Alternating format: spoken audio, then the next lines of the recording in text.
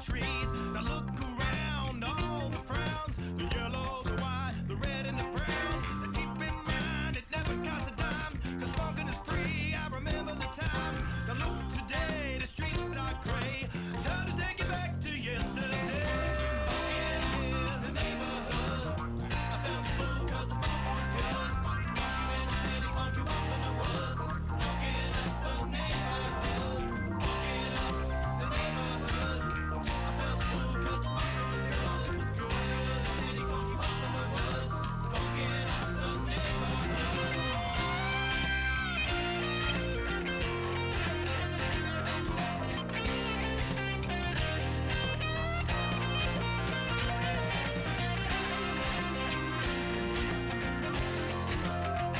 was good in the city, funk you up in the woods. Funkin' up the neighborhood.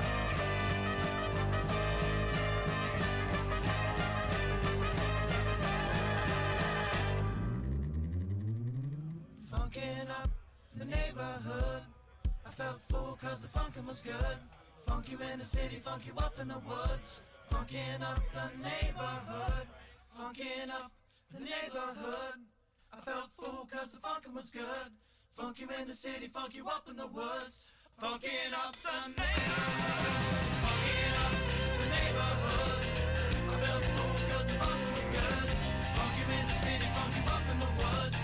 Funkin' up the neighborhood. Funkin' up the neighborhood. I felt full cause the funkin' was good. Funk you in the city, funk you up in the woods. Funkin' up the neighborhood.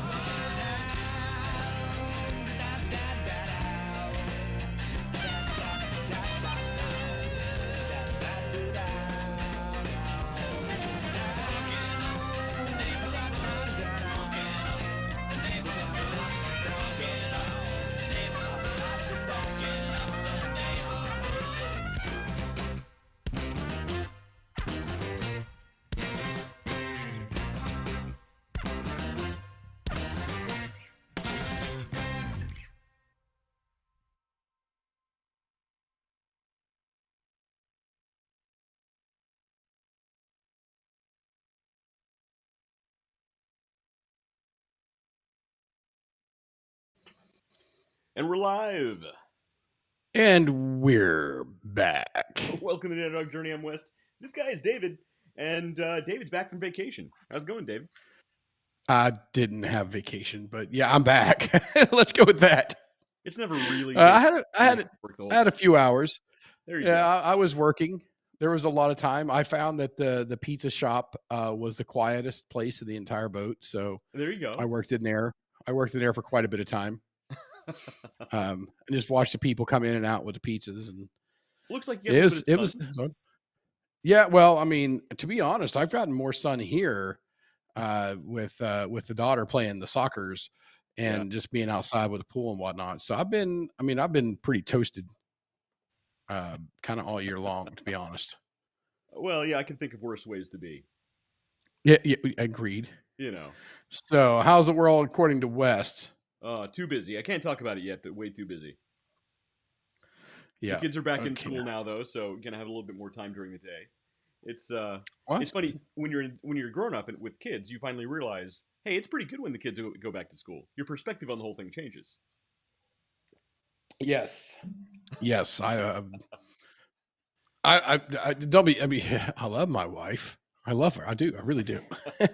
But it would be nice if the kids went to school and then she had an office to go to. I don't know. Just left me here to work by myself throughout the day. That'd be awesome. Well, you need just turn one of your spare wine cellars or maybe your monocle cellar into a. So it just so happens that she walked, because I'm out in the garage, as you can see. And now I wish I had the other camera set up to view. But yeah, I'm getting some good looks. It's nice. I believe it. Getting some death stares. What? I'm sorry? It goes both ways. She says it goes both ways. There you go. go. I travel a lot, so you get some time here by yourself. Yeah, yeah, get out here. It's what I thought. All right, Yeah, she walked away. Couldn't hear me. you're gonna get something thrown at you. Yeah, you guys, you just see something just come flying through the screen here. I mean, just don't think anything of it. And we lost David. Rest assured, Uh, rest assured, I earned it. we all know, David. We all know. So the most Uh, important part of the show, David. What are you drinking? well, I have some options with me. I did have, I mean, there's just a tiniest little bit of Blanton's left over here. It's just more a drink from the bottle thing, but now it's just kind of a decoration on the counter here. I actually put a word out for some of my friends. It was like, hey, I'm on the hunt for a bottle of Blanton's. Tell me if you see it. I will Venmo you. Yeah, I'm surprised you don't have a case by now. So That would be a lot more convenient. But I get you. So I've bought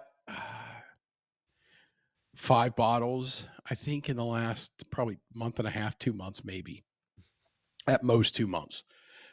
I've only kept one of them to I was myself. going to say you got to stop giving those away. That's your problem. So I give it away. So I mean, it's not bad. But because I was just out on the boat and sailing the 7 seas, and I did want to raid and plunder and pillage Mexico because they rerouted us because of some kind of a minor storm in Kind of a little tiny Atlantic. hurricane or something like that. I don't know. Yeah, it only got a 5 out of 100, I guess, Yeah, on the super lame. scale. And so I went ahead and brought out the rum. Hey, there you go. Because I would have much rather been in the Dominican Republic where I was supposed to go drinking rum. So they rerouted us over to Mexico, to Cozumel, Mexico. And it's a little island, but Cozumel's their fun. thing is not. Their things. Well, no, it's not.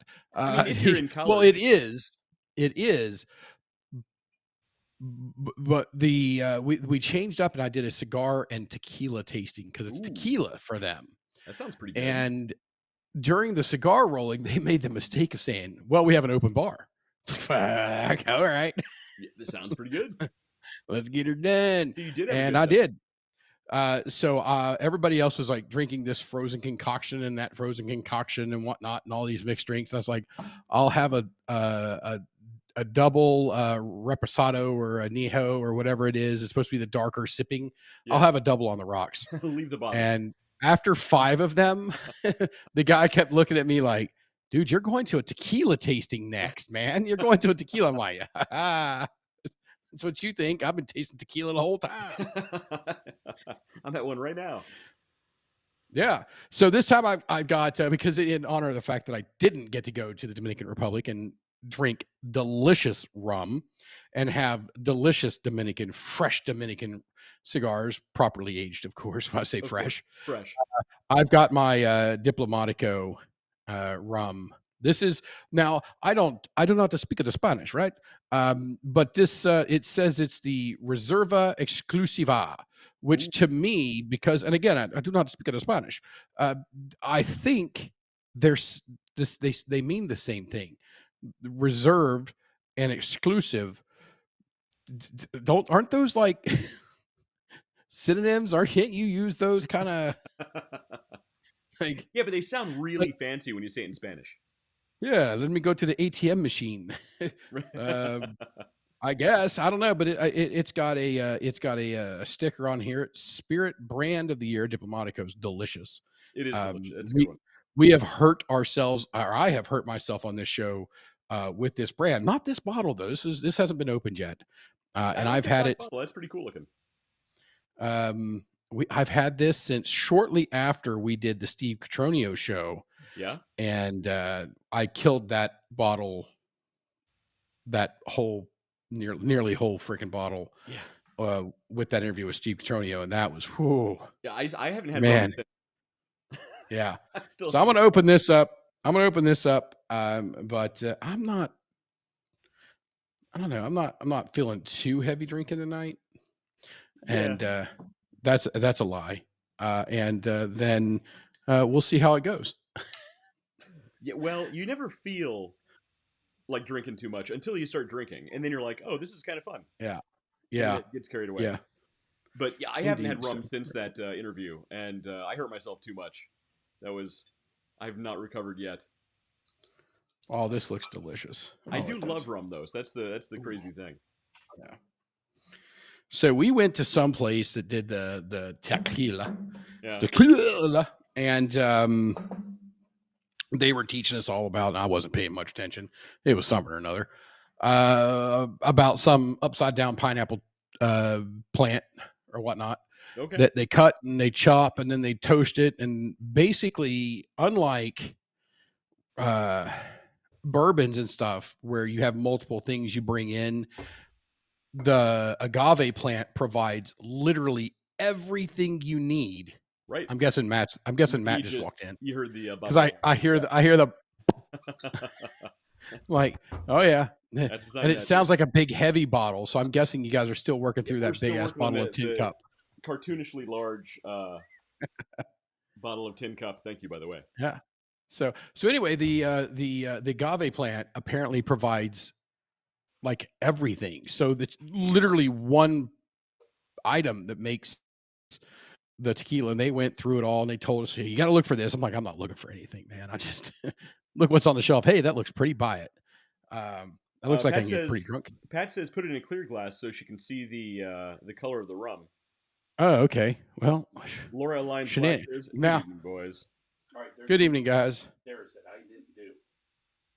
It's probably let's my see current here. wife. Okay, yeah. Maybe the dog. Nikki. I'm doing good, and I'm drinking Tin Cup because Tin Cup makes me happy.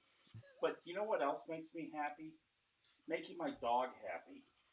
And I do that by using Underdog dog treats. It's true. You should go to underdogplus.com. Oh, David's taking a phone call. He's sorry, I didn't mean to interrupt you, David. I need you to go grab a glass off my counter in my office. Grab me one of the 45 glasses. I don't think he understands. Grab me one of the 45 glasses. He's talking to his current wife, who is soon not. All right. Wife. No, that was Penny. Talking to us. That makes more sense. That makes way more sense. Yeah. So yeah, that was that was Penny. Always make my dog happy. I mean, seriously happy. Go to underdogplus.com and get your delicious Underdog brew bones. Oh, your dog will be like, even if you don't have a dog, get some because they're so good. There you go. Thanks, Matt. Good plug. Thank you. He's very helpful. So Dave was telling us about his cruise and drinking a ton of tequila. Oh, I like tequila. It's the first liquor. The second liquor I ever threw up. Ooh, yeah, okay. Yeah. Well, the interesting thing about tequila is it tastes the same going down as it does coming in. Exactly the same. But the funny thing is I actually really like tequila. So do I. Tequila and mezcal, love them. I'll sit and sip it. Like I don't do the shots. Yeah. I did it when I was younger, but yeah. Now it's worth getting a really good tequila and just enjoy it. I'm with you. I totally agree. Is that rum or tequila? That is rum. This is rum. Ooh, you know what'd be good is rum tequila. Rum tequila. Yeah, rum tequila. Yeah, go ahead and mix them together and see how that works out for you, David. I'm gonna pass. That's a good idea. I'm gonna pass. That sounds like something a sorority girl would come up with. Let's mix rum and tequila. In a bathtub. Actually, isn't that just like half of a Long Island iced tea? Well, you've heard the Irish car bomb. I think they'd call that a cartel car bomb. I don't know. That was funny. Yes, indeed. I'm full so we went to the drinks. What are you guys smoking over there tonight? Well, unfortunately, I can't have a cigar right now. I wish I could. It's killing me. It's killing me. I got myself. Now this is just an Arturo Fuente, just a nice Maduro Arturo Fuente, and it's got a little age on it too. Just really, if you could see this right now, you'd be like, "Oh, that's a gorgeous looking cigar." Nice. And it is a gorgeous cigar. She's a viewer. Hi, Pat. She says, "Nice and dark." Looking at that. Yeah. That rum. Well, David gets all the ladies. Well, I've always said he looks nice and dark too. He's look, he's just the darker the room, the better I look. He's a chick magnet. He's like yes. Soprano. I never understood why chicks were attracted to Anthony Soprano, but Dave's like the alpha, and so I could see where he gives off those attraction pheromones. You talking about the sun? No, Tony Jr. No, Tony Soprano. Yes, Tony. Who Soprano. calls him Anthony? Who calls him Anthony Soprano? I'm like, which one are you talking about? Soprano? Yeah, you said Anthony Soprano. I don't know why I said that. That's weird. I'll be the first to admit that's weird. That's brain damage right there. That's what that is. I'm just saying, I've never heard anybody call him Anthony. Maybe his mother did on the show. Yeah, I think she did. I was thinking. I mean, I just started watching that show, and I'm like, maybe it's mom. I don't. Maybe, yeah. All right, so David. I grabbed the wrong cutter. Why can't you swim? I grabbed the wrong cutter. So this is a shallow V right here, a Cohiba shallow V, and I like a V cut because my current wife would complain that she can smell it for months after this. You got to look at her and say, "Don't sass." I know. I got to put my foot down and be the man of the house, like woman. Yeah. Because that always works out really well. Well, they love that. Oh, they love it. They love it. To be fair, I'm sitting in my garage, so it's not like I put my foot down. I just happen to be in my garage. There was no foot putting. I'm just already in the garage, right? Yep. No, it's look, you got to know your place before you go in. I get it. That's a really good statement. I like that. You gotta know your place before you go in. There you go. It's kind of the opposite of walk in the room like you own the place. Mm-hmm. It's walk in the room like your wife owns the place. That's awesome. That needs to be on a T-shirt. Walk into the room like your wife owns the place. Walk into the room like your wife told you to be here. There you go. Oh man. All right, so we're actually going to try and keep it a little quieter on this side also, just so you guys know, because my kids are in bed. They actually started school, and they are not morning people, is what we're finding out.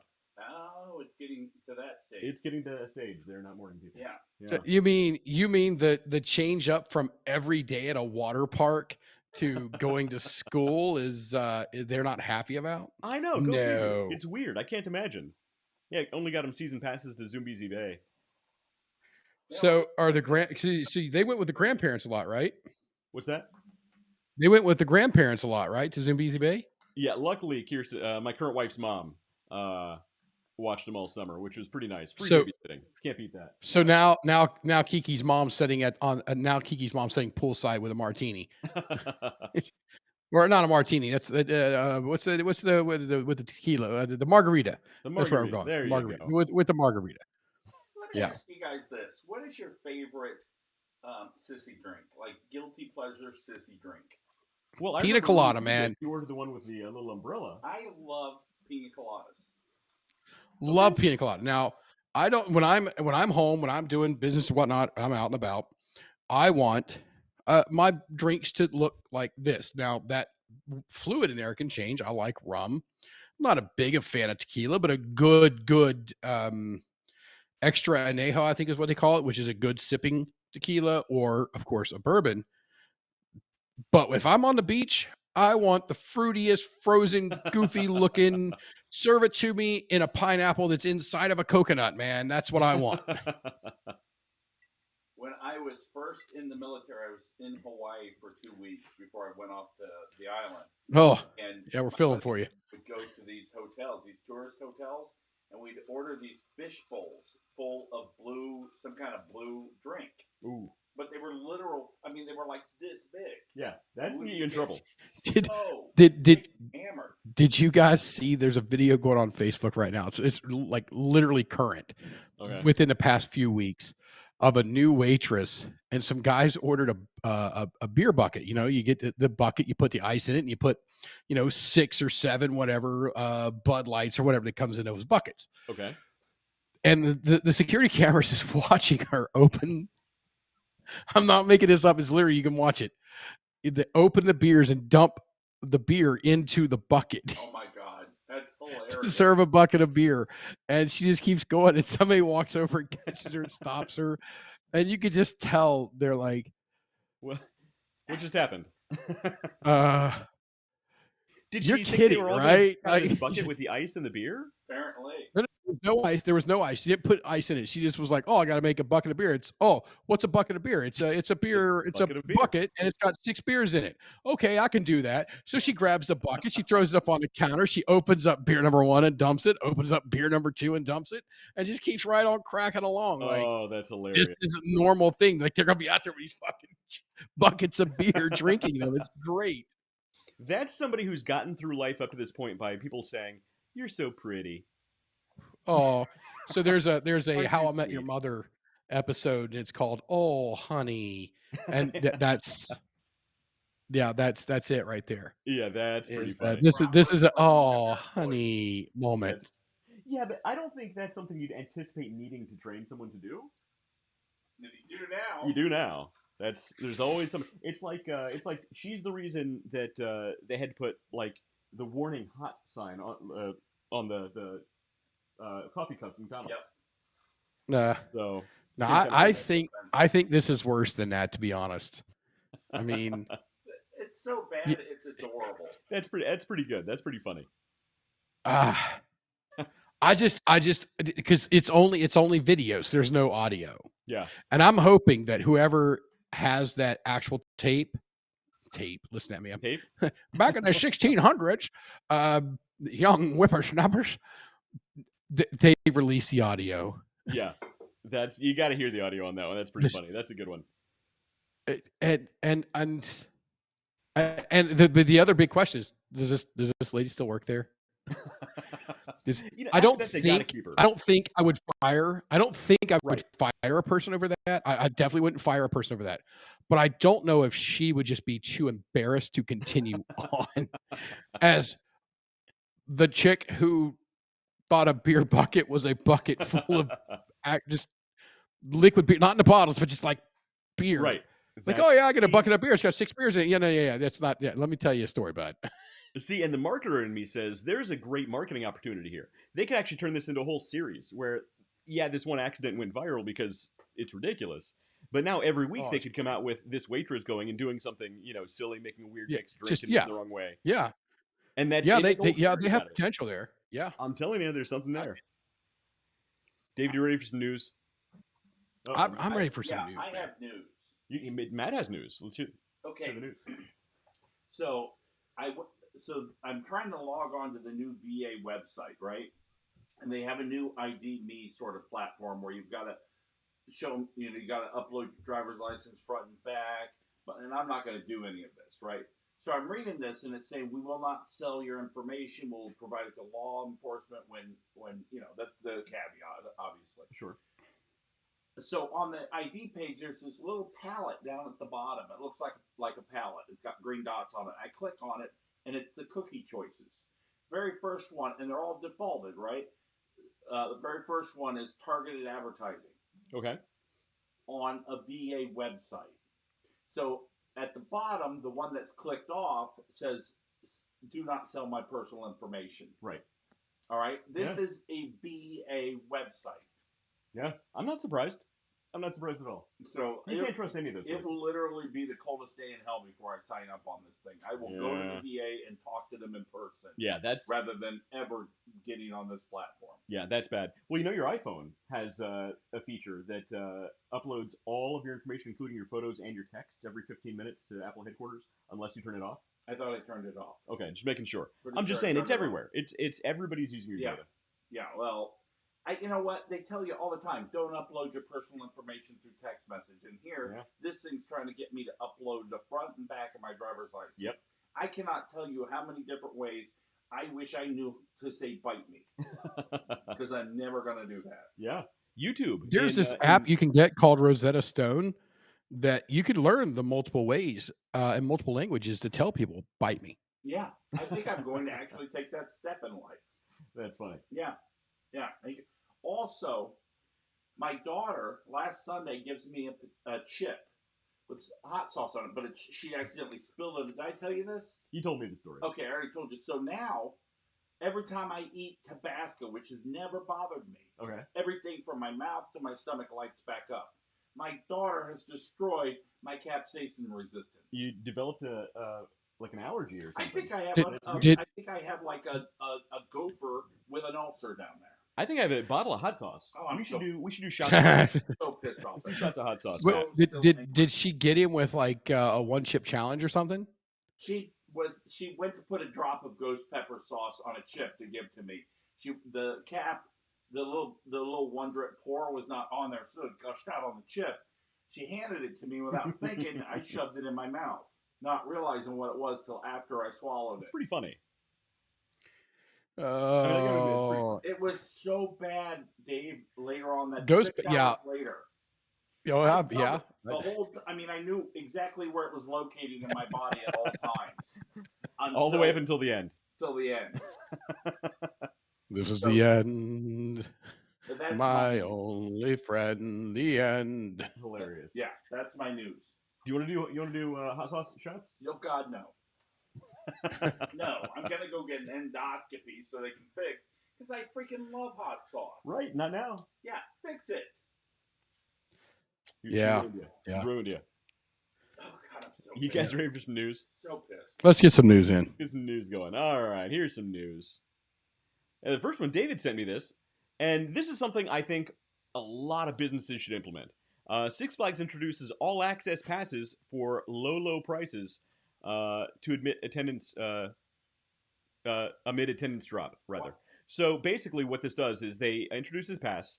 I think they called it a prestige pass or something like that, to where this one pass will give you access to all 42 Six Flags parks. But it's a low price. For low price. Let's see. $12.99 a month. Really? Yeah, gold pass at $6.99, and a premium prestige pass for $12.99 a month. I'm willing to bet there's like a minimum, like you need to pay for like the annual fee or something up front. Well, so it's that or it's just you pay. Yeah, you just have to pay for all of it up front. And yeah, you pay for it up front. And that's how they make their money. But it's a great idea. You took it as a great idea. I took it as, look at what these idiots are doing. Why do you think it's a bad idea? I think it's a bad idea. I think it's a terrible idea. Why? These people are running this into the ground, and right now all they're doing is trying to show positive on a. This is a classic look at, or a classic insight into the saying that I use all the time. Mm-hmm. They can't see past their next bonus check. This is just to show an uptick in revenue for people doing this purchase. Now, the people that are doing this purchase, let's say that half, and this is very friendly to them, half, more likely 80+% are people that were going to go anyway.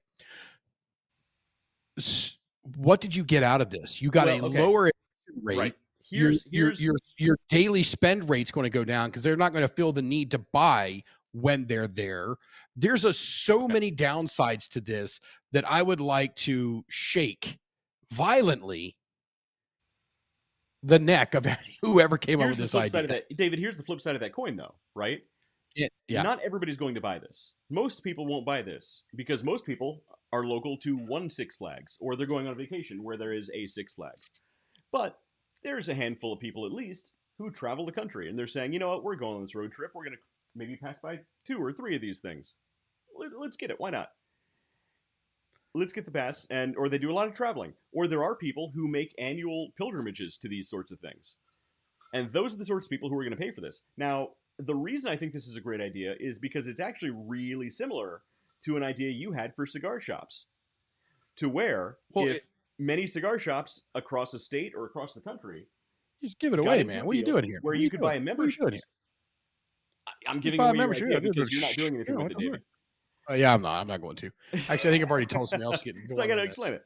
So if multiple shops got into a deal to where you could buy a membership that would get you access to the special back room or the that sounded like a prostitute hall, dude. Right, the private lounge.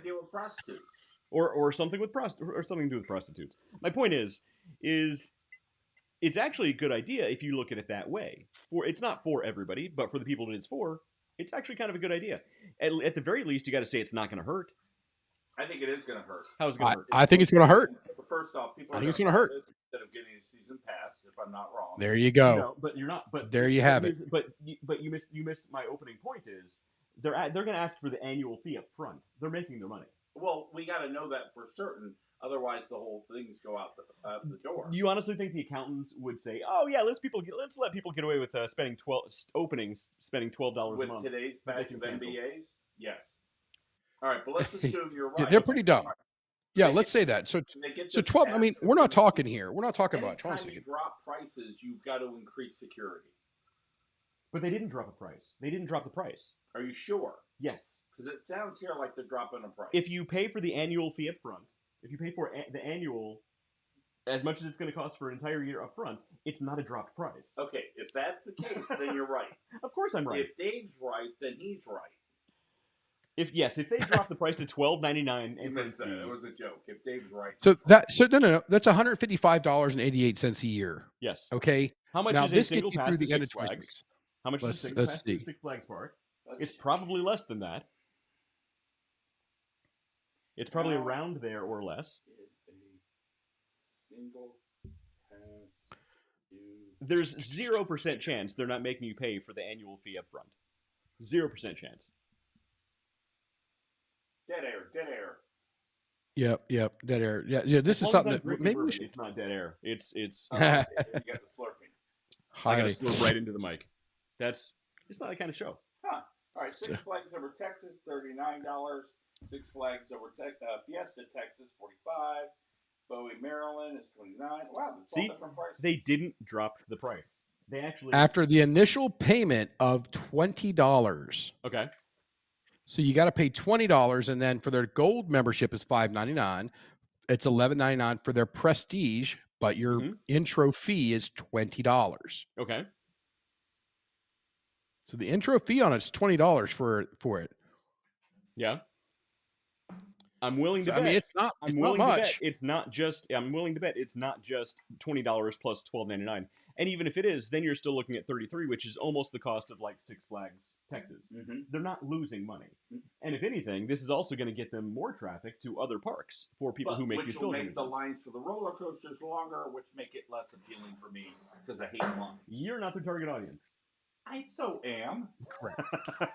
I'm not their target audience either. Who's their target audience? None of us.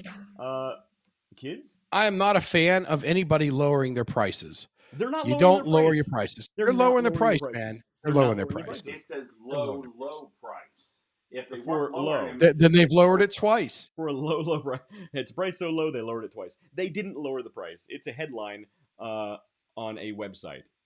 Now it says low price because they say $12.99 a month. They also don't talk about the. Okay. So the company has faced attendance decline minus 9%, 100 million quarterly loss. Yeah. Okay. With ride reliability issues, even a fraud investigation. Oh yeah, there's a lot of members. I'm not saying there aren't problems organizationally with the company. I'm saying this is actually a good idea, despite what you guys just went off on a rant about, because they didn't lower the price, despite what you said. They actually raised the price slightly. They really need me to come in and clean up the house. They really do, Matt. For the guy who won't make a single French fry video on his YouTube channel, they need that. Videos while I'm cleaning up the house. They need him. I'm just saying, I'm ethical. I'm not for sale. Like, people can't buy me. They can threaten me, and I'll cave to that. But I can't be bought. I'll admit I can be bought. Yeah, there's a.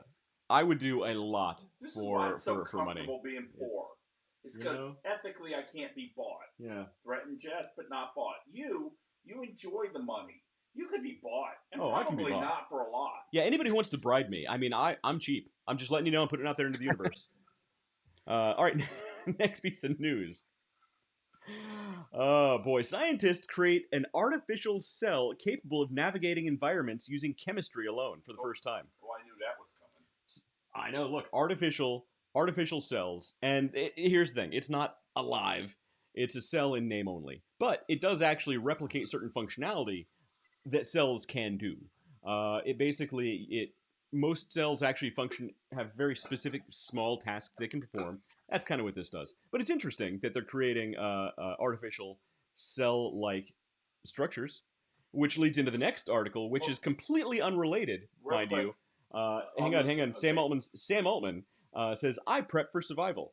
OpenAI CEO Sam Altman worries about the non-zero chance the world will end from a lethal synthetic virus. What the fuck These two articles are completely unrelated. What? What's a lethal synthetic virus? An artificial virus that is lethal. which has absolutely nothing to do with this previous article about scientists creating artificial cells capable of navigating environments. Oh, I think I just pooped a little. What? Tell me who wrote this. This one is from Bar Chart, which is actually a pretty decent website. Actually has some legitimate science on it. You literally say every website that he's. The next one is phys.org. He does that a lot, yes. I do that. Phys.org, and it's PHYS, not FIZ. Like physics. Physics, not with an org. Not bubbly fizz, but physics. Yeah, those are always smart. Like if you throw a ball in space, it's going to keep going. That's physics. I mean, there's physics involved. What? Yeah. But there's physics involved when you're throwing a ball in non-space also. Right. If you shoot a rocket in space and there's nothing blocking its way, it's just going to keep going. And there's math that can prove that it's physics. I mean, he's not technically wrong.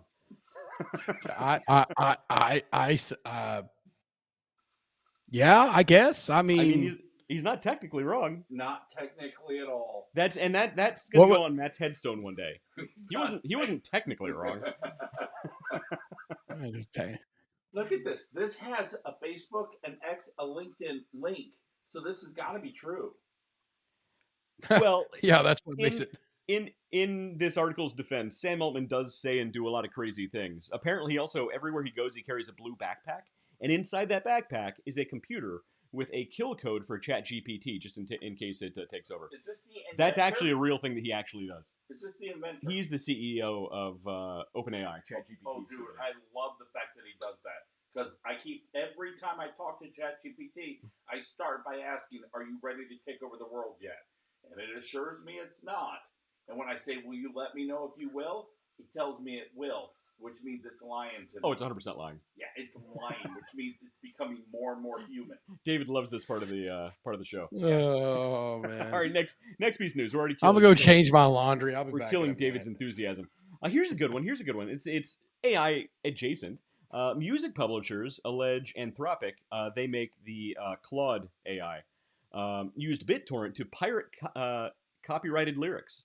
So these AI platforms, they actually sample everything across the internet to come up with their large language models. They train off of these things and will source from basically everywhere. Well, apparently Anthropic has been using BitTorrent and torrent files to pirate music. So that's interesting.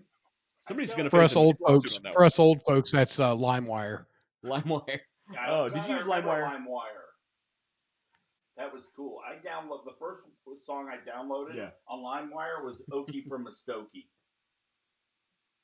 Yeah, and you were the one who downloaded that one. That's a damn good song. He was the one. Damn good song. I don't know. Okie from Finoki? No, Okie from. No, you got me. That's proud to be an Okie from Muskogee. Okie from Muskogee. I don't know. Who sings Okie from Muskogee? Oh, I have no idea, but it's a classic. It's a classic. I'm proud to be an Okie from Muskogee. And what's nice is, as bad as my singing is, it's equal to the song. I believe it. All right, next piece of news. All right, let's move on. We're losing David quick. No, wait. I want to go back to that real quick. I want to go back to that. Okay.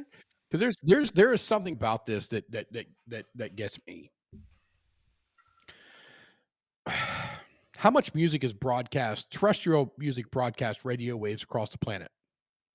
10. Oh, it's countless. It's almost endless. Yeah. So if I have a radio receiver, I've got access to that.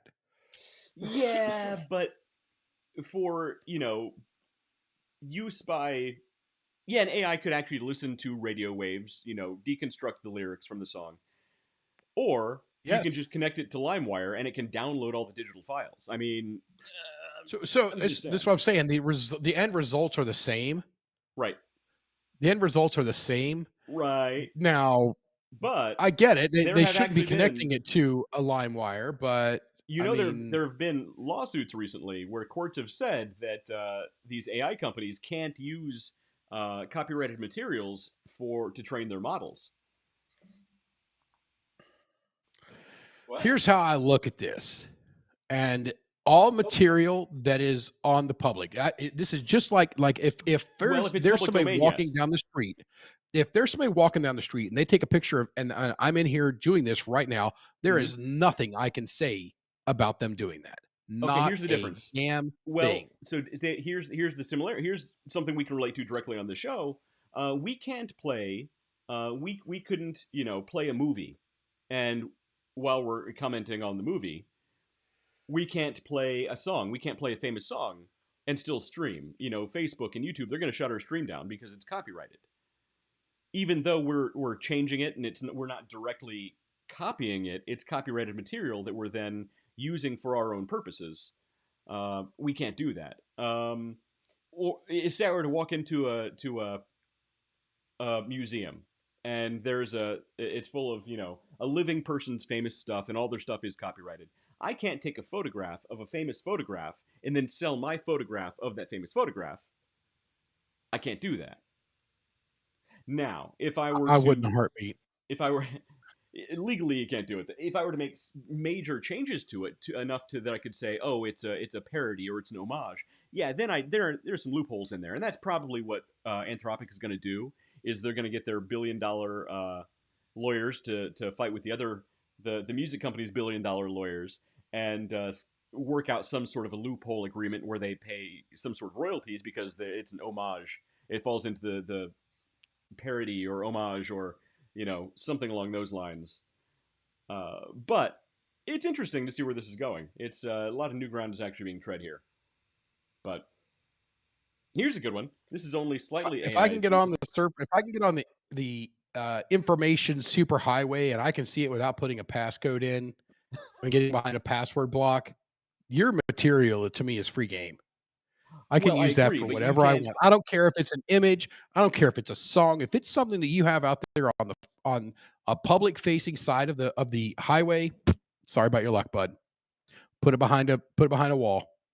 So you're saying that there are ideas that you personally want to patent.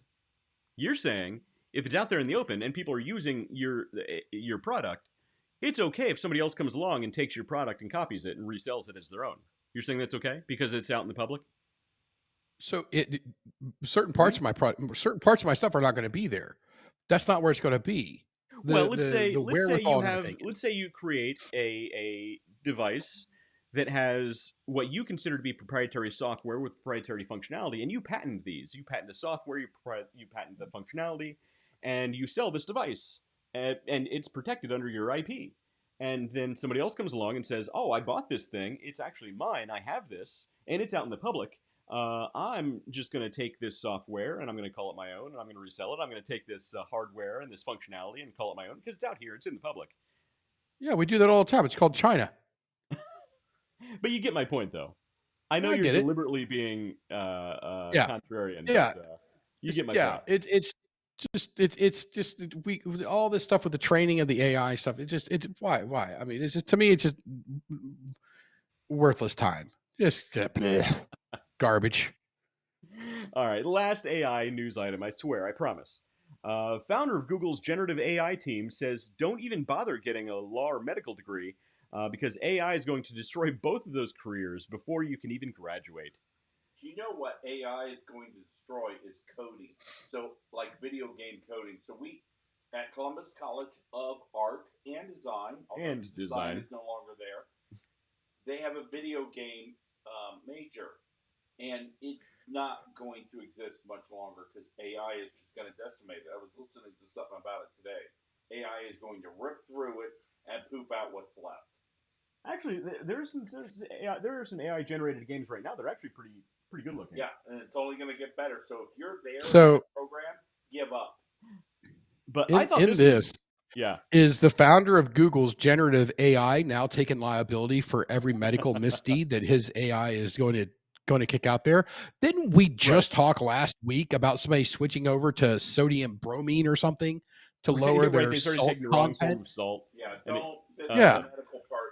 Yeah. So I thought this was fun. I thought it was really funny though because as everybody who's ever had been on the phone with tech support and you're speaking to a machine for half an hour before you can ever even remotely think of something. Oh man, everybody companies loves need to end that. But David, everybody loves it, and now you can do that with all of your medical needs.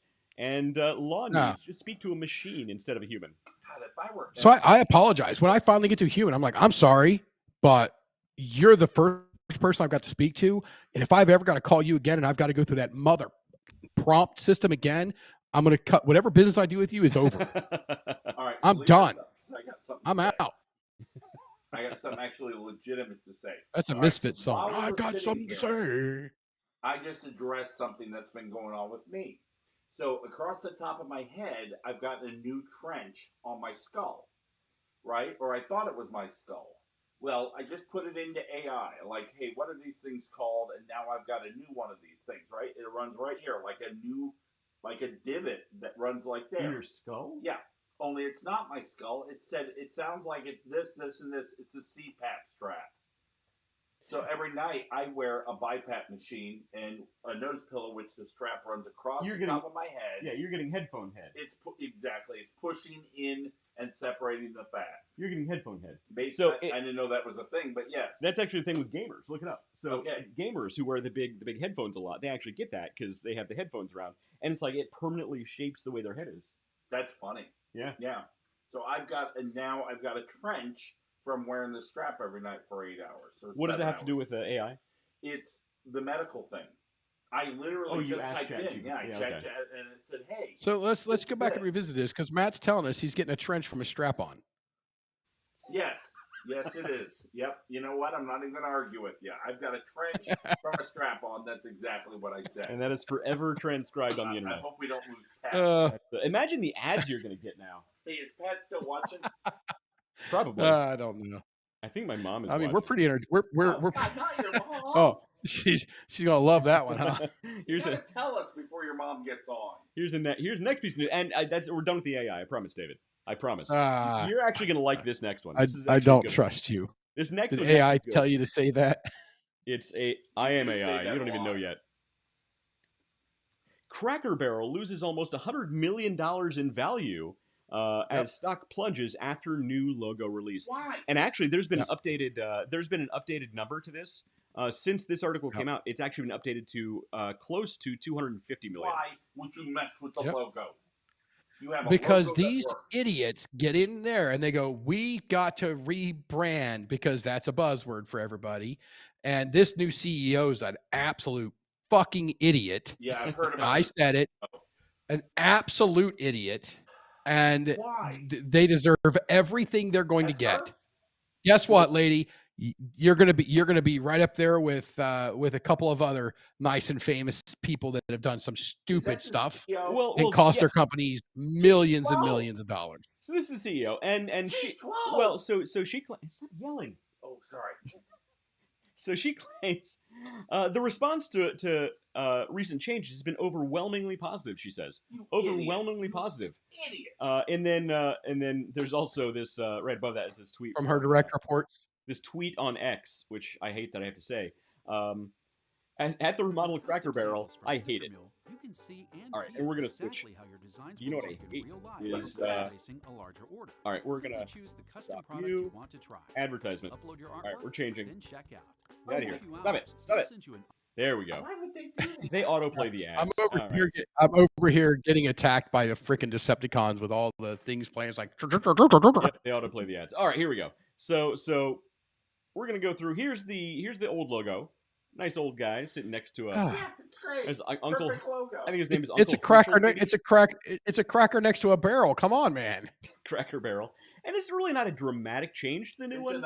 It's enough. But it's enough. Know what? Cracker Barrel, I'm done with you. I'm done. But it's enough. CBS News, I'm done with you too.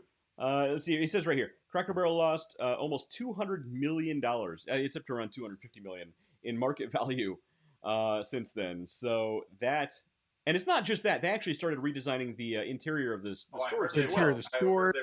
They redesigned the menu. They've done a lot of things in there that are just, again, alienating the core customer that they have, not understanding that that's where their freaking money is. Target did this and lost billions and billions of dollars. Bud Light did this and lost, and is still. Last month, Bud Light reported that they threw away more beer than they sold. Yep, it's true. Stop this idiocy. Anybody, any board that's out there, any board, that's out there, if you have a CEO that steps in and do this, get them out ASAP. Get them out. Just bounce them out. If they don't understand their core customer, get them out. You'd think after really big companies like Budweiser, like Jaguar, you think these people would learn. Yeah. No, they don't. You think they'd learn, but they don't. They never learn. The news.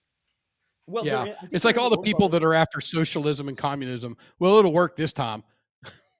I mean, I wasn't going to bring politics in, but so they went from this top Cracker Barrel, which is Cracker Barrel, down to this.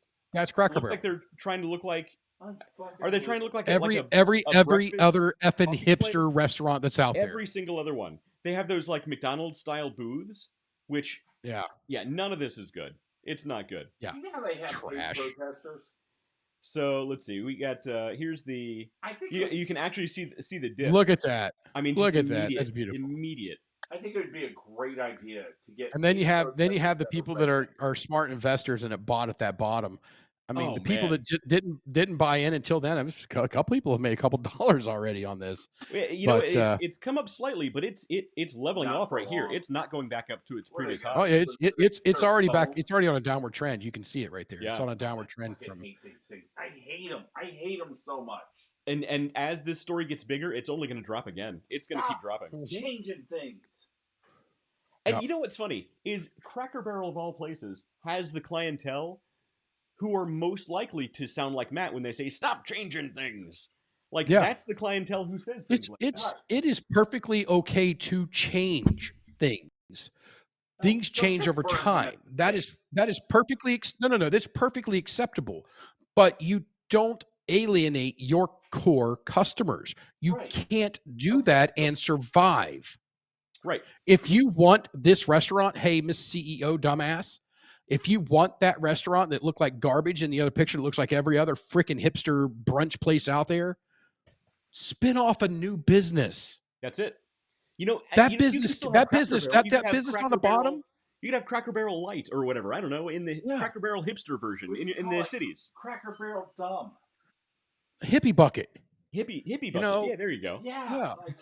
Like a you call it whatever you want to call it. But you could spin off another business and be and you're not going to have you're not going to be consuming a lot of your core business with this other one because there's not a lot of overlap between these two groups of people. I'm just right. If people want to go to First Watch, they'll go to First Watch. They go to Cracker Barrel because they want Cracker Barrel. Guess what? This bottom restaurant here, that restaurant can compete with First Watch. Yeah, that's what that is. It's a First Watch clone, is what that is. You know what? It is. Granny's Diner in Galleon. I'm just done with y'all. I'm done. Yeah. I like going to the roadside diners, and I've got a Cracker Barrel. I was really excited when we moved here because I got a Cracker Barrel literally at my next exit. Oh, you should go to it. And see what's updated. Yeah, I'm not going to. I won't go back until they fire that lady, until they fire her and she's on the streets bumming for change. I'm not going back to Cracker Barrel. But she said the feedback was overwhelmingly positive. She's David. lying, and from her direct reports who are feeding her bull crap. How about your stock owner, you idiot? I think you're just old. Who is the board that hired this 12-year-old? Probably the same board who hired Harley Davidson CEO. Yeah. The same board who hired Jaguar CEO. The same board who hired Budweiser's CEO. Or she wasn't even the CEO. She was the director of marketing director or whoever. Yeah. But that's what this always comes down to. They always blame it on the marketing team. In fact, up here, she mentions the marketing team. Don't take a picture where your glasses are crooked, you idiot. Wear contacts. God, I can't even look at you. All right. I think for some reason we've ran it as far as we can now. Let's you guys are very angry today. Let's it's not that we're angry, it's just that don't mess with stuff. I mean, basic business principles tells you not to do what you just did. That's stupid. God, I'm gonna start smoking again just so I can put a cigarette out on it. On the Cracker Barrel? On the Cracker Barrel logo? Here's the thing. We really do need to rally rednecks. We need to get as many rednecks as there are as possible to Son, I'm from Southern Ohio and West Virginia. We do not need to rally the rednecks. Just leave those people alone. And we will create catapults and we'll shoot potatoes into their front windows. This show's going off the rails. You guys are very angry today. Oh, God, you make me so angry, Wes. I have that effect on people. Like this. I have that effect on people. I do. It is. You know what? This right here, there should be Vegas odds of how low the stock is going to go. I'll bet there are. I'd be surprised if there's not. And also Vegas odds of how long that lady stays in as CEO. Oh, she'll be there for a while because this board has their head so far up their ass. Yeah, they do. I'm not gonna go into some of the other very politically driven things that are in these articles. Oh yeah, I've seen him. I've seen him. Politically driven things in the articles. So extremely, she's not going anywhere. Extremely. She's toast. Go have some hot sauce. You know what rules? Money. And they're losing it faster than ever before. You would think so, David, but Disney says otherwise. I apparently. Swear to God, we need rednecks. We need. And Disney keeps. They're half of what they were before. Half. So from let's say 2010, half is generous. They lost over half of their value. Apparently, they're not concerned about money, and neither is Cracker Barrel. A redneck general. I could lead an army of rednecks. I speak the language. I don't. I'm not sure what this show is starting here. We're starting a. We're gonna meet up in the creek. Make sure you bring your guns. Our viewing demographic is skewing dramatically right now, David. Yeah, a little bit. I'm gonna pour some more Cracker Barrel tequila here. Let's move on. That was the last piece of news. Boy. Yeah. So I bring in the AI stuff specifically to piss off David, and then I rely on you to keep it light. But when you're both pissed off, you can't. I have to be the Cracker Barrel. When you're both pissed off, I have to be the voice of sanity, which is a real problem for me. Yeah, that means when Wes is the voice of sanity, that something's wrong, man. Yeah, that's it becomes a real problem. I'm not saying, hey, let's build catapults and shit, but people need to be fired. That lady needs to be fired immediately. Matt's back there like the South will rise again. I know. Well, I mean, it's Cracker Barrel, so I mean that kind of does track. Yeah, don't mess with the Cracker Barrel. Unfortunately, those people are in by this time of night and asleep. That's true. Oh boy, this show went off the rails real fast. So let's see. All right. I'm gonna call Carl T. Bearquist is the chairman. Steve Bralmage and Jody L. Bilney, Michael Goodwin. Those are the people that comprise with Julie Massino. They make the board of directors for Cracker Barrel. So all of you need fired. Maybe all of you. They all need to be fired. They're not going to fire themselves though. They do not like that, Michael Goodwin. They're not going to fire themselves. I don't remember what. Yeah, it's tough. But I remember I don't like them. Fair enough. But at least, but here's what's going to happen. Just like all the other companies who did this, just like Jaguar, just like Budweiser, they're all going to blame the marketing team. Jaguar's going to go completely out of business. They're all going to blame the marketing team because when things go great, the CEO gets the praise. The leadership gets the praise. When things go south, they always blame the marketing team. I speak from firsthand experience. I'm not bitter at all. I've actually been following the Cracker Barrel thing for quite a while. Yeah. Nobody has given one rat's butt what the CEO has done. Nobody's cared. Yeah. Honestly, they've been ignoring the problem, right? And now that she's pushed it to the point where it can't be ignored, they're going to ignore it some more. So I'm here. I'm on Cracker Barrel's corporate webpage, and I'm looking here, and they've got under Julie Massino, a seasoned executive with track record of success. Well, you can't say that anymore. She's not though. She's 12. Matt, you're just old. No, all right, you tell me how old she is. Like she's at least in her 30s. I don't think so. She's in her 20s. They hired a 20-year-old CEO. David, tell Matt he's just old. I'm gonna say that she's older. I mean, I'm gonna go. She's our age. Well, our age, not your age, maybe, but our age. Massino has more than 30 years experience driving innovation and growth for globally loved, recognized restaurants and retail brands. So I would love to look back. Yeah, she's Well, right, so I mean, that's saying she started at 10. Assuming she started work at 10. Well, then that photo was she's at least 40. That photo was photoshopped. She's the CEO, of course it was photoshopped. Oh, that's a good point. I would have photoshopped it. So what I would like to do is I would like to go back to the places that she's worked and just take a look at what she did and what happened to those businesses when she started. Girl, I guarantee. Yeah. You know those Yeah. people who try to spray perfume on you at the mall? That was her Yep. first job. Possibly. Wouldn't surprise me. And I am not a fan of this person. I could never tell. All right. Never get No, yeah. Logo was You left so it. bad. You did leave a little bit of room for us to wonder. I mean, you're a marketing guy. What do you think legitimately about that logo? They kept the font. They went overly simplistic with the. I think they thought they were playing it safe by leaving the font the way it is. Honestly, I think they thought they were playing it safe. I think they thought, oh, this is minimalistic. People won't even notice. That's what I think they thought. Then why do it? They shouldn't have done it. They should have known their core clientele. They should have understood their demographic. They should have understood their customer avatar. Oh my god, David.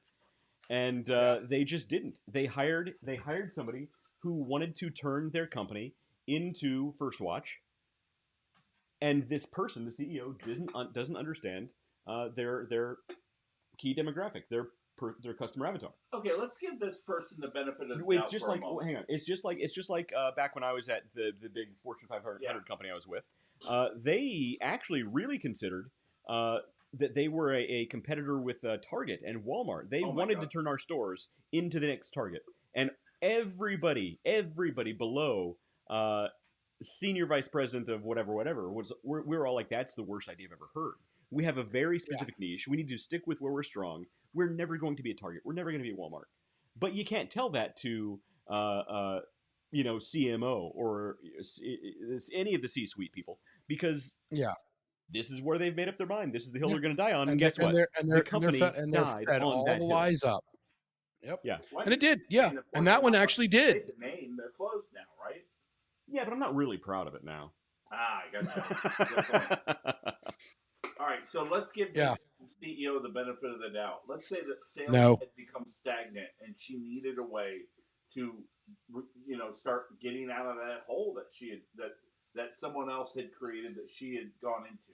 Because I know that was part of it. The sales had gotten stagnant. People, the old retired people were going, and not a few travelers, but people were choosing other things at the rest stop. Well, I don't know this for a fact, but I would bet money. If you look back to 2020, I'll bet that's when the dip started.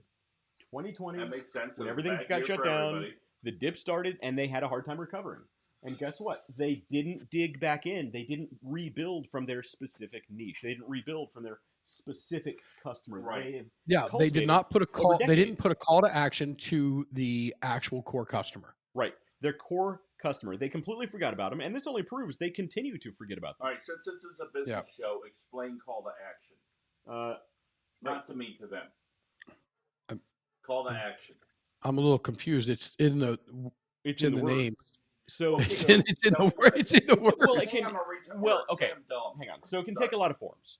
On a website, when you're surfing a website, and you see a CTA, a call to action. That's a shop now, click here, whatever button. That's a CTA. That's a call to action. 13 people are watching this item right now. When you have a larger organization that you want to invigorate, bring back your core audience, a call to action would be a campaign that specifically speaks to that audience, that engages that audience. Anything that engages someone to take an action that you want them to take. A call to action. Yeah, that's what I see. Most people don't get that, though. Like, a call to action was what I picture someone blowing on a bugle and a bunch of people running across the beach to hit people with swords. Well, and that's technically a call to action. So how would Cracker Barrel, or any other restaurant for that matter, do a call to action to their core customers? They need to re-engage their core audience. They need to understand their core audience, their key demographic, their specific. Who's the first people you reach out to? Okay, I'm going to walk this through with you real quick. What's the first commercial you launch when you're trying to get back in? Your sales are dipping. Mm-hmm. The first customer that you want back in, that you want to put a call to action to come back in and put butts in seats. Who's your first customer Cracker Barrel should have went after?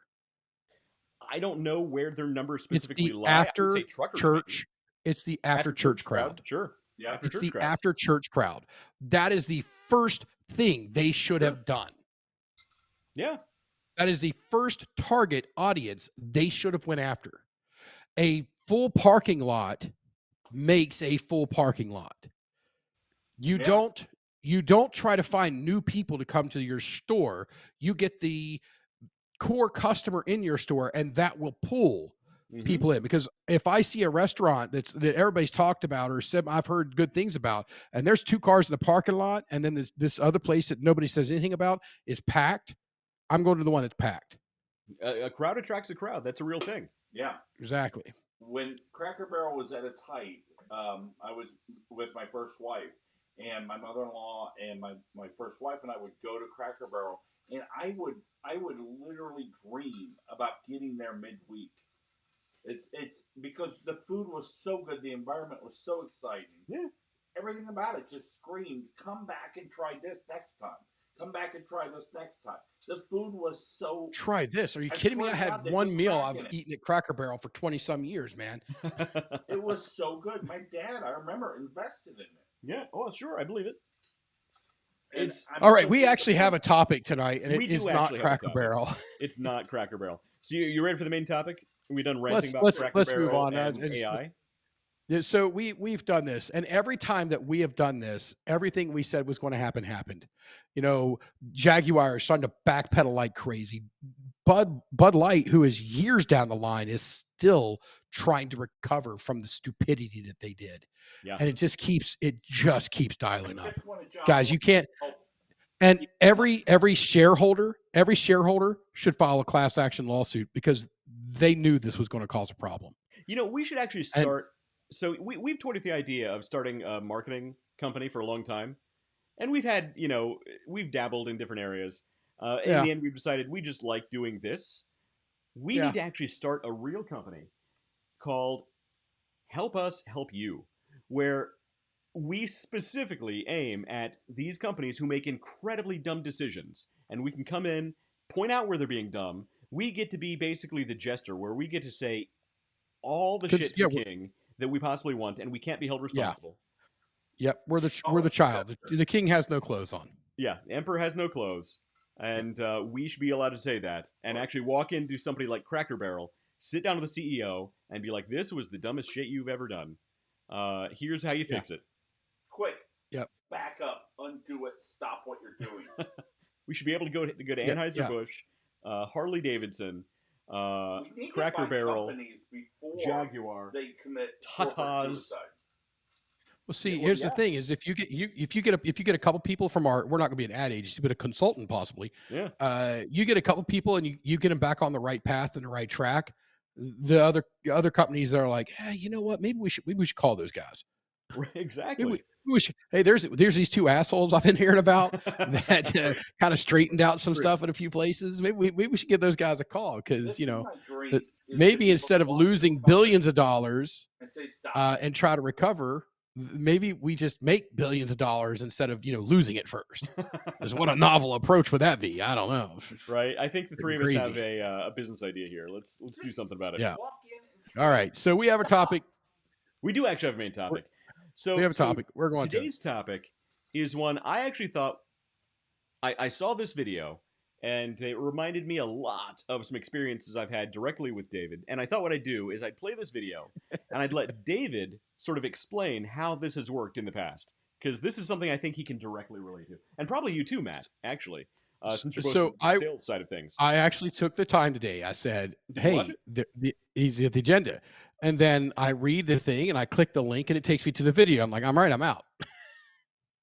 So I'm like, all right, so we're going to be critiquing something. This is going to be fun. It's not even critiquing. So no. Yeah. So no, I didn't watch to understand. But yeah, let's go. It's not critiquing. This guy's, I think this relates directly to some stuff I've dealt with you specifically. I think Matt can also relate to this because this is actually from Jim Rohn. So Jim Rohn, he has a lot of good business quotes and marketing and stuff like that. And he's actually a very famous football coach. He worked with Zig Ziglar for a while, I think. And let's get to the Jim Rohn video. God, Zig Ziglar was such a good coach. He took Notre Dame all the way. That Zig had it down, man. He knows. Yeah. All right. So if you guys are trying to form a trivia and you need a solid person to anchor the sports world, these 2 are not it. All right. I'm not it either. I'm not saying I'm a genius at it, but All right, I'm a little yeah, drunk. don't pick these guys. All right. This dude looks like Evel Knievel. And the funny thing is all his videos are really old, but like it's really, really abnormally good advice this guy gives. Okay. That's the guy that was in the TV in Poltergeist. I actually thought he kind of looked like I could see him doing like a Chevy Chase impression. Like, oh yeah, he looks kind of like a weird, like Chevy Chase's weird older brother. I also got the feeling that if I send him some money, Jesus will do something good for me. He does look like a televangelist. That's pretty funny. If he touches you on the forehead, it'll heal your rickets. I don't know what they heal. How to get whatever you want. That's the title of the next set of notes.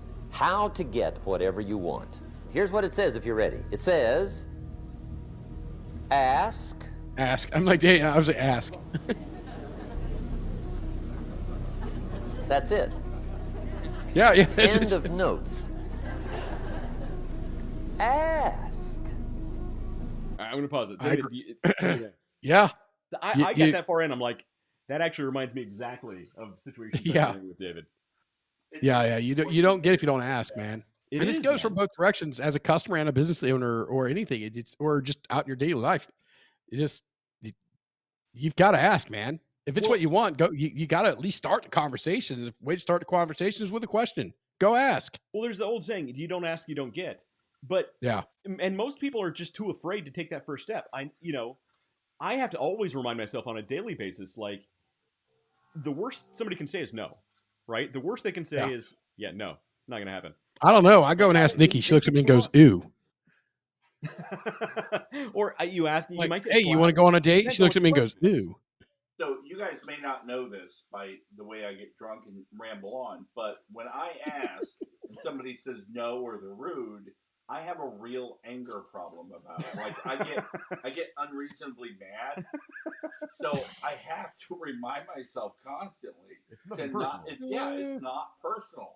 They just don't want what I'm asking for, or they're not willing to do what hoop I'm putting in front of them. Does this explain why you're not in sales anymore? No, but in a little bit, yeah. A lot of times I responded. No, but yeah. You're trying to sell French fries, like you son of a bitch. Well, after my head injury and my filter was completely gone, I got myself into a couple of really bad situations that my boss had to, frankly, lie to get me out of. Because before the head injury, Matt totally had a filter. I did. No. I'm setting in the east one. During the law stuff, right? This is my position. And Matt apparently got told no something, and then he went on a tyrant, or went as a tyrant, and he calls me up just to make sure. He's like, I'm not gonna get in trouble for this, am I? I'm cool, right? I'm like, yeah, I guess. I mean, yeah, put the fear of us in it. I guess. I don't know. Yeah. So.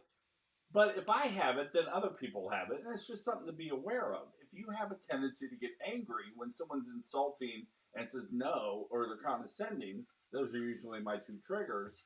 You gotta be prepared for that. But to this guy's point, though, you gotta ask though. It's you don't so know simple. You don't it really is, and life really is that simple. Also, if you're asking, have a manila folder in your hand. It goes a long way. Ooh, clipboard. Yeah, clipboard or manila folder. Yeah. All right, let's see what else he has to say. It's a short video, or it's not going to be... If there's one art in life to learn extremely well, that's got to be one of them. The art of asking. What does ask mean? Ask means, what do you want? And the formula is staggering. Yeah, the crazy eyes are... It says ask, and what? You shall A guy ought see. to look into that. See, you've got to be better than a good worker. You've got to be a good asker. Now, let me give you 3 key points on asking and receiving. This can do it. Number 1, asking is the beginning of receiving. That's true. Asking starts a unique process, mental and emotional. I don't even know how it works. All I know is it works. It's like pushing a button and all this machinery starts working. I don't know how. It just works. Pause. There's a lot of things you don't need to know how. Right. Just work. What's that? Okay. So I don't know if you can hear me because I can't hear my microphone anymore. I can hear you. I don't know what I've done. Okay. Anyway, he says I don't know how, I don't know what it does. I don't know why it works. I just know that it does work.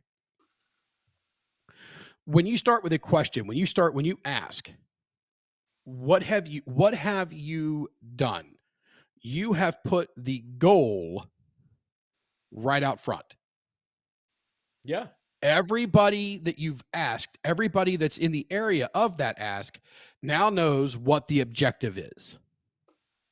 It is much easier to get to a destination if you know what that destination is. Right. Yeah.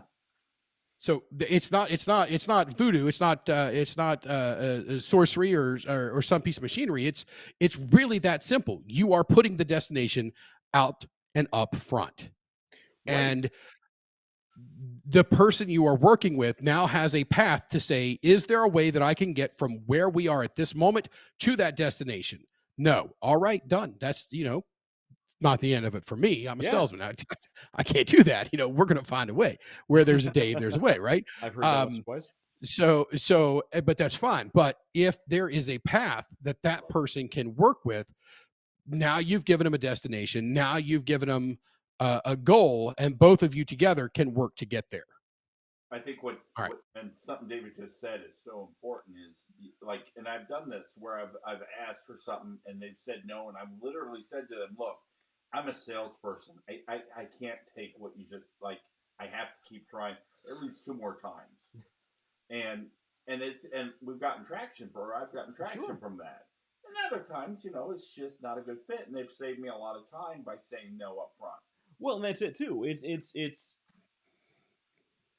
you have to ask. Most people live their entire lives with a number of regrets. Yep. They'll live their entire lives with these regrets. Most of them are brought about by the idea of never knowing what could have been. Yep. If you don't ask, you'll never know what could have been. Like, if you don't ask that girl out, guess what? You'll never marry her.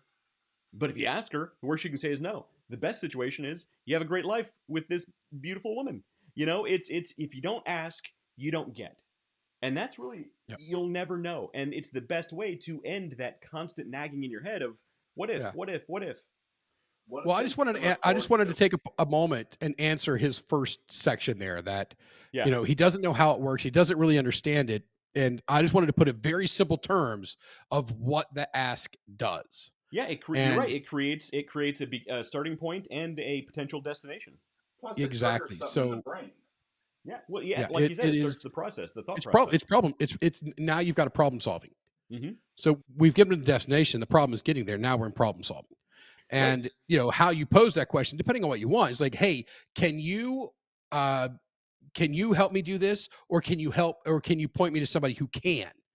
That's a very great way to do things, because that lets them know, hey, I trust into you, but if you can't, you have the alternative to punt. Mm-hmm. I learned this. And instead of getting a hard no, you now have another path to get to your destination. You're right. All right, go ahead and play this thing. So one of the things that Ben Franklin would do, and this was before computers, is he would just ask before himself questions. If you ask yourself a question, your brain, like a computer, is designed to answer that question. Yeah. And so a lot of times in this same thing is you're asking questions and you're asking for something. And your brain, even if you're being asked or if you're asking yourself, is designed to give you answers. Mm-hmm. Yeah, I get it. That makes sense. Yeah. All right, let's see his next point here. A lot of things you don't need to know how. Just work them. Some people are always studying the roots. Others are picking the fruit. I mean, it depends on what end of it you want in on. Asking is the beginning of receiving, so start the process. Here's number 2. Receiving is not the problem.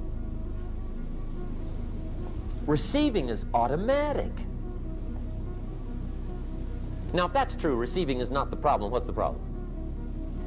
Failure to ask might be one of your major problems. I don't know. Check it out. The guy says, oh, now I see it. I got up last year and hit it every day, but there's not a scrap of paper with my goals on it. Good worker, poor asker. Right. So you got to change that. Yeah. Okay, so I do want to say that receiving, for me, at certain points in my career, were the problem. Because a lot of times the sale would be there. I had won, the sale was mine. Mm-hmm. And because I couldn't figure out how to receive it, I just talked myself out of it. Now, I learned quickly not to do that. Sure. But that's something that you got to be aware of. I get it. Yeah. Also, I feel drunk, so am I talking too loud? Yes. Okay, thank you. Very loud. All right. But I do like his point about, people who work their entire career at a company, and by the end they feel like they haven't really achieved anything. And in fact, they haven't achieved nearly as much as they could have. And he points out that, yeah, they're a good worker, they're a poor asker. It brings up kind of the old sort of cliche of the guy who's itching to ask his boss for a raise, but can't will himself to be able to do it. He's a good worker, he's a poor asker. Right. And then because receiving can be part of the problem. Sometimes I say to my wife, "Hey, honey, do you wanna?" And she says no, but at least I asked. Look, you don't ask, you don't receive. Exactly. Sometimes when you do ask, you don't receive. I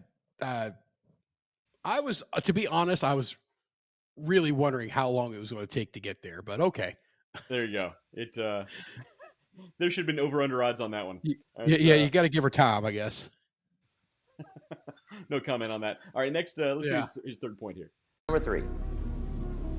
Receiving is like the ocean. There's plenty. Success is not in short supply. It isn't rationed. Very true. And you stepped up to the window and it was all gone. No, no, no. It's like an ocean here. Now, if that's true, what's the problem? Well, some people go to the ocean with a teaspoon. Have you got the picture? See, what you want to do in view of the size of the ocean is trade your teaspoon for at least a bucket. And you'll look better down at the ocean. Kids won't make fun of you, right? Okay. Now, there's 2 ways to ask, and we'll wrap up goal setting. 2 ways. Here's number 1. Ask with intelligence. It didn't say ask intelligently, but I'm sure it meant that. Don't mumble. You don't get anything by mumbling. Be clear. Be specific. Intelligent asking means how wide, how high, how soon, when, what size, what color, how much. Define what you want and describe what you want. That's powerful. Goals become like a magnet. They pull you that direction. And the better you describe them, the more they pull. Okay, we just switched. So ask intelligently. Here's number 2. So he went from, like, what I conceived was asking for sales into goal setting, which is the problem with this type of video, is there's a tendency to smear the two together. You don't think they're related? Well, I do, but I think he's smearing them together. Now, I'm drunk. He did so move very I could be quickly wrong. from one to the other. Yeah. But I think he actually started with the asking. So I think we missed maybe the first part of his speech where he associated the asking with the goal setting. He just talked about goal setting, but now he's back to asking. Right, but if you don't ask, you can never get to the point to where you can start achieving those goals. I think with goal setting, you need to do that prior to asking. Well, again, I think we missed the first part of his speech. Good point. He maybe was talking about all this. Let's assume he was. I think he means the asking is part of the goal setting and goal achieving. I think it's part of the goal achieving, not part of... Because Dave, it reminds what do me... you think? Why does he look annoyed? Although my glasses... He's looked annoyed ever since I brought up AI, but okay. I won't take that personally. Maybe I should. I think he's high. I'm getting heavy Decepticon language over here. I can't really hear what you guys are talking about yet. Oh, you can't hear us? Yeah, so every so often it'll get real fuzzy and then it'll blink out for a few seconds and then it'll start coming back. So right now you're probably fine. Oh, weird. Yeah, we can hear you fine. Now you're back. Okay, now I can hear you. So I just have to kind of sit over here and be like, yeah, I'm looking smart and intelligent. I think your earphones might be connected. No, it's the garbling through. It's probably. I mean, I'm out in the garage through multiple anyway. walls, and the laundry room is right here. So there's all kinds of stuff in the way between me and the Wi-Fi. So Matt's point was he thinks this guy is smearing the lines between goal setting and the ask for like the sale. And I was saying that I think we missed the first part of his speech to where he associated the asking with as a down the line part of achieving the goals as part of the overall goal setting activity. Well, with the goal setting, that's part of the asking intelligently. Right. So without goal settings, without certain data and having information there, you're not going to be able to ask it with intelligence or ask intelligently. Okay. I think so. So Good enough. I think we missed the first part of his speech where he started with goal setting. He went into the asking as if that's part of achieving the goals, and I was getting back to the goals as in ask intelligently. Also, all right, let's go to number 2. What's he say for number 2? Ask with intelligence is very good. Okay, so don't go to number 2 yet, because let's say West, I know you have a business going, and we're going to pretend here a little bit like I'm a sales guy for you. Well, I know what you're trying to do. I know what you want to do. I know a lot of the goals that you have. Now I'm going to start asking, because I have goals. I need metrics. I need sales. I need plans. I need forecasting. Mm-hmm. I'm not going to be like, well, if you can get me some data over here, I'm going to tell you exactly the data that I need from you. And then I'm going to ask for the action that I want. And that action is placing a sell, using requested delivery dates so that we place one large order that spans out an entire either 6 months, a quarter, 6 months, or a whole entire year, depending on what your scale is based on. Right. So that is asking with intelligence. I have the data in, I have my goal set. I'm able to ask you intelligently. And that's it. And me as a vendor of said product, it's my job to already anticipate those intelligent questions. I should have all the data ready at all times. I should have all of the estimations as far as delivery dates, as far as lead times, as far as forecasting this and that. I should have all of that stuff ready at all times. So when anybody asks, I can pull up that data. At the various companies I've been with in the past, one of my daily tasks was to aggregate all of my numbers, forecast all of my other numbers, and have data that nobody else had. Nobody's even asking for.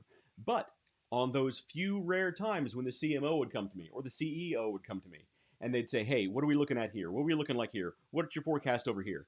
I can immediately pull up those numbers. And guess what? I look really good because of it. Because that's what you need to do. My boss is one of those people that, man, he is into the numbers. And if somebody asks him a question about forecasting or whatever the current business buzzword is, right now it's the waterfall. It's great. I love it because it makes no effing sense. He's got that data at his hands. And, that's one of the things he's helped me with is be like, hey, you may not need this data for 6 months, but do it every single day. That's it. Do it every day, because the day that they ask you, you don't want to be like, oh, well, let me get those numbers together for you. Right. You're going to be the guy that has it ready to go. When you're the guy that has that information ready to go for the intelligent questions, and you look good, that's what we in the industry call a sidecar win. What? David gets the reference. Oh, I love it. That's awesome for you to pull that back, man. That was great. That was an excellent experiment that I ran, and it caught on for a while. I let it die. I need to pick it back up and do it again. We need to bring that back. Bring it back. It is totally like pigeon chess. All right. I love pigeon chess, man. Matt, you're a jar of rare pennies. I really am. Yeah. All right, let's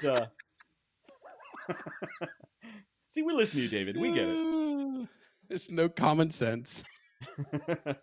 All right, let's see it who's next. Oh, that's great.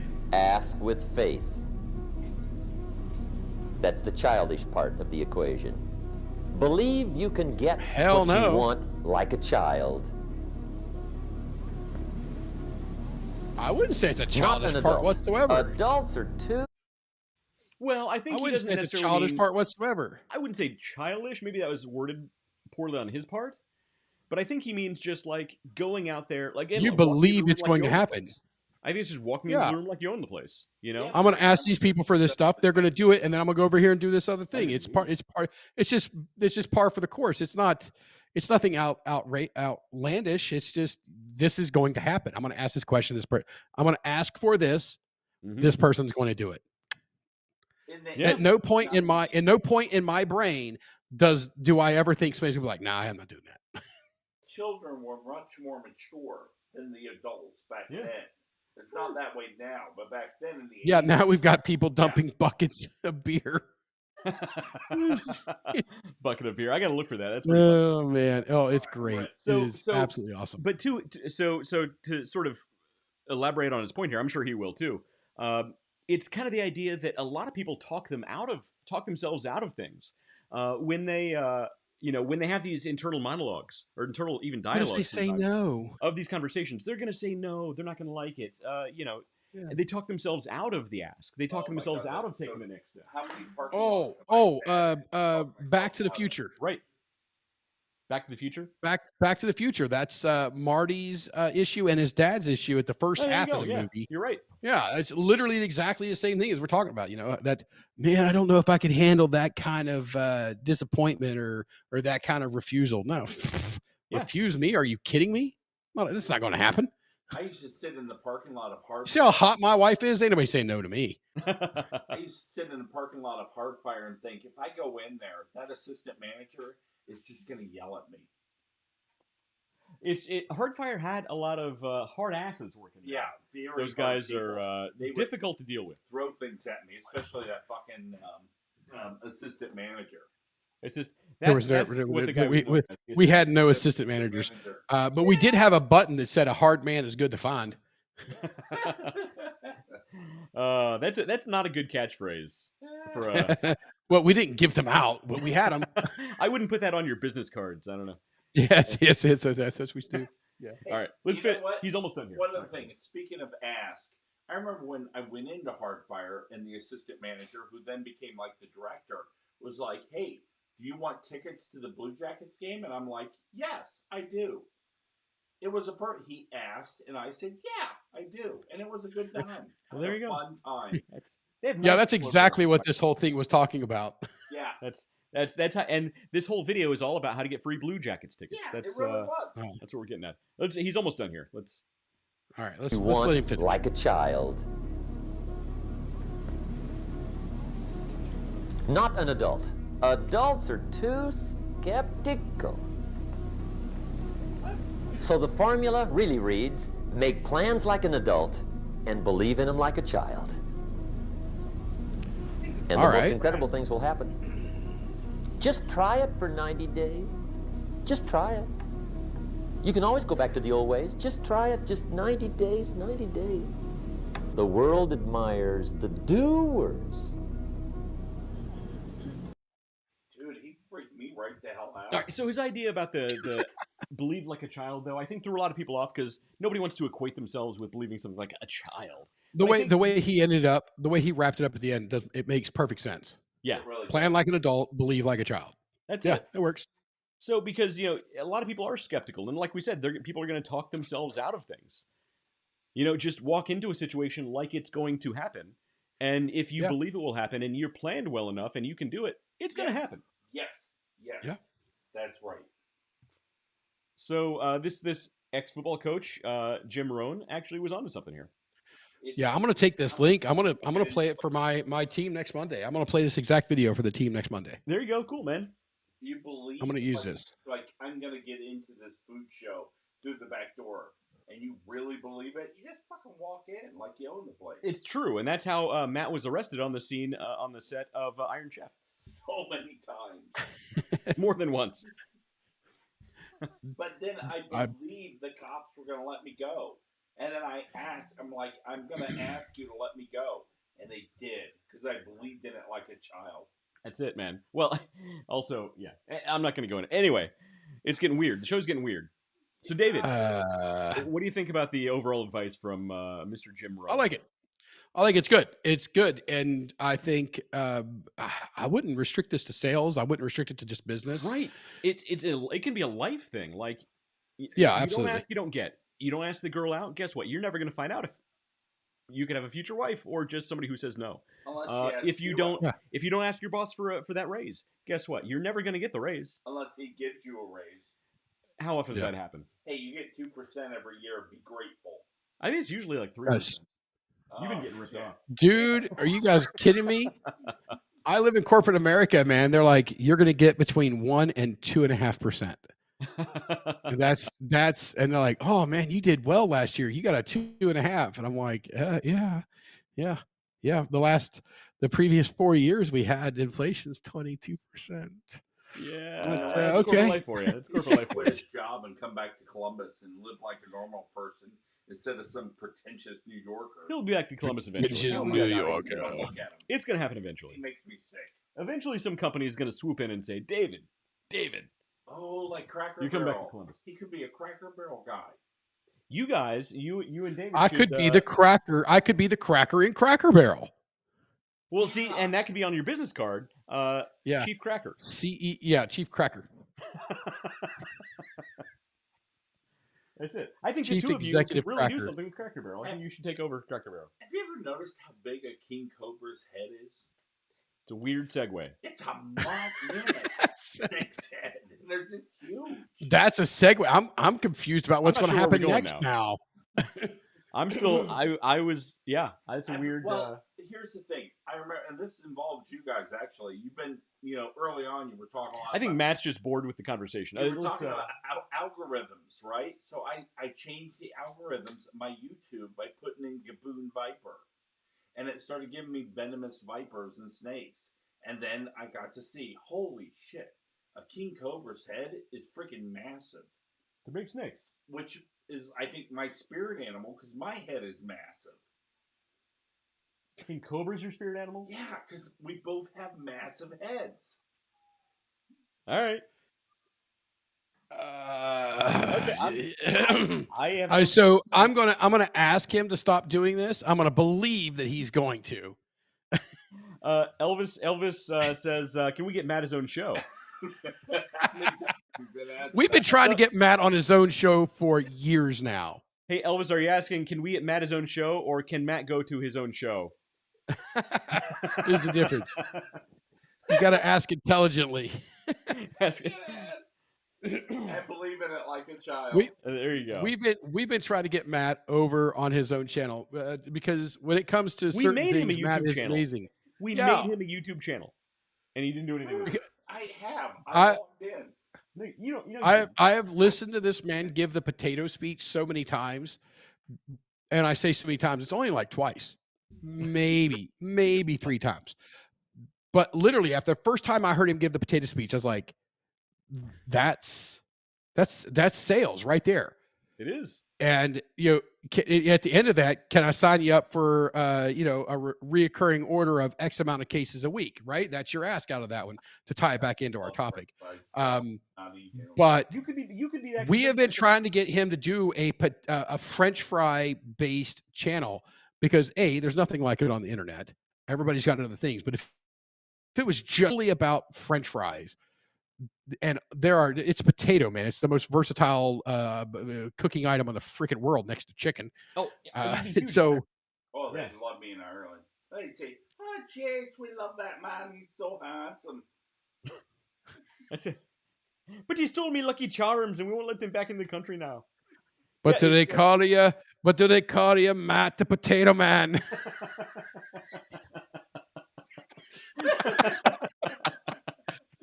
Don't get too loud. Don't get too loud. The kids are asleep. Exactly. And that's why he's not allowed back in Ireland. At least near the farms.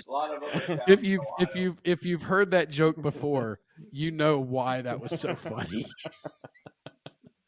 I've never met an Elvis before. I think he went to high school with Matt. Love to meet an Elvis. I think he went to high school with David. He went to high school with you, right, David? I love parents who name their kids Elvis.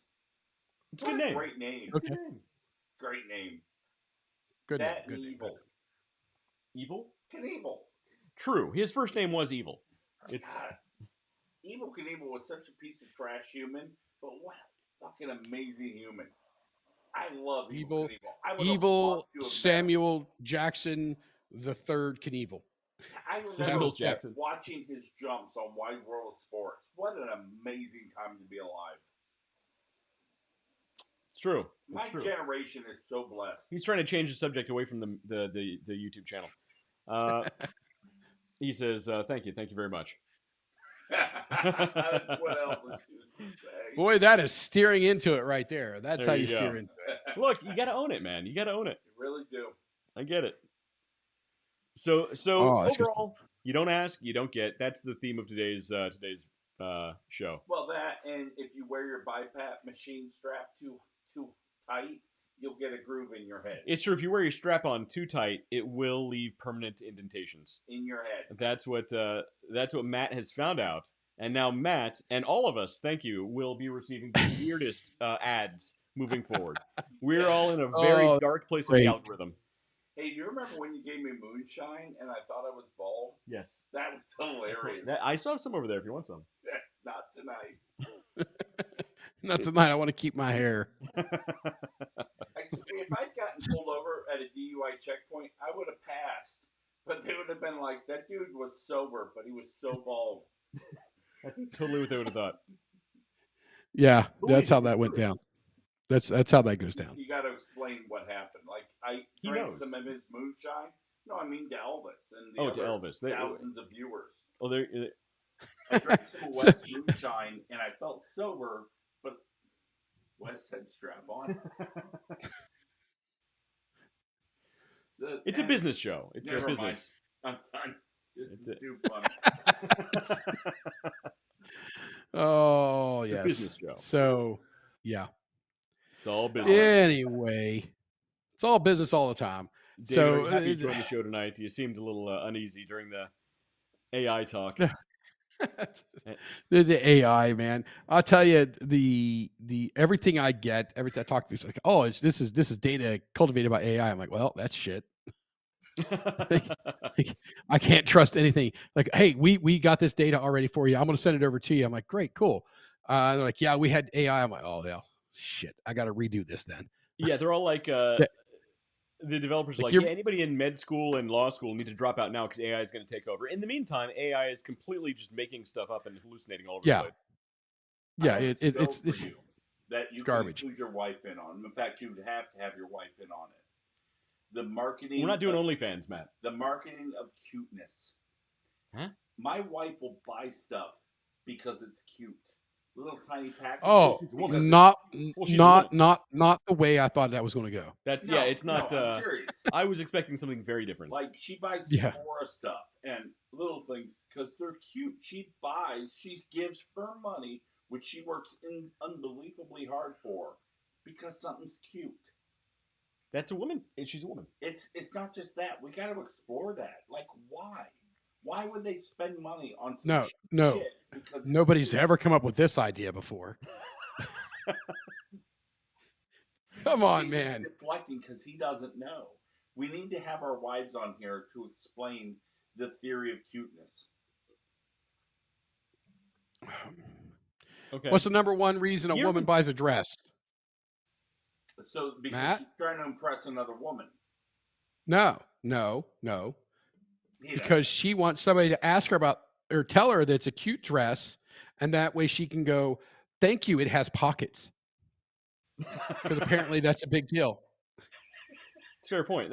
You both make a fair point. Yeah. It's probably a see, now you can tell Wes is like, Jesus, can we just make this stop? Well, so we're talking and he hasn't, all you got to do is ask. Well, so look, all you got to do is ask. But look, when you're talking about marketing to women, think of a Venn diagram only drawn with a spirograph, so it's infinite circles upon infinite circles with sparkles, with glitter, with some glitter. That's marketing specifically to middle-aged women. Oh it's a spirograph Venn diagram. Yeah, with sparkles. Believe like a potato child. Believe like a potato child. There's so much money to be made with cuteness. If you could just crack. You know what? If we made a restaurant that had a bunch of bric and brac on the walls, a little shopping thing out front for people to just pick up little, knickknacks and whatnot, and really just hammered that home with the after church crowd, that would just, I think that would take off. I think there would be a good market for that. Down home cooking and some random stuff on the walls. Call it something like Cracker Hole or something like that. Yeah, like Yeah. a barrel of crack. Barrel of crackers. Yeah. Triscuit basket. Triscuit basket. like the old rusty bucket of saltines. Something like that. Yeah, that would be amazing. Like cute saltines. Oh, he's still on the cute. He's still on the cute. You had the cute. It's just a cute. There's so Just much trying to tie them together. made it cute. Watch this. Okay. Give me money. See, I'm adorable. Somebody just sent you a Venmo request to pay them $50. That's like dark web porn. What Matt just did. I've been Dave. This is Wes. That back there is Matt. This is the Underdog Journey. And yeah, if we're back next week, that means the government didn't find us yet. Remember to ask. Oh, man. From deep in the bunkers, underneath some kind of desert in the Southwest. I've been Wes. Yeah. This guy was David. That guy back there used to be Matt Harmon before the government got to him. And we'll see you guys next week. How many times but nobody calls him. In the show. All right. Yeah, we're done.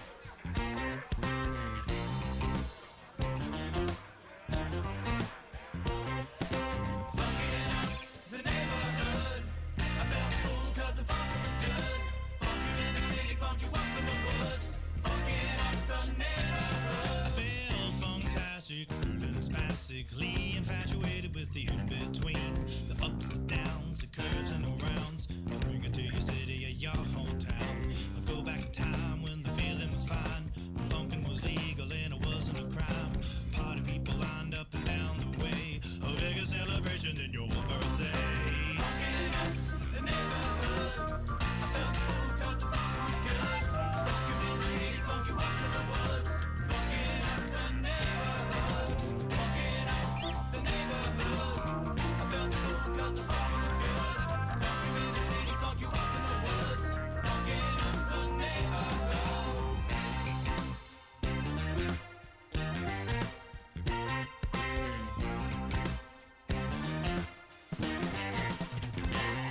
And I have seen the world pristine, funk you up in the bushes, funk you down in the trees.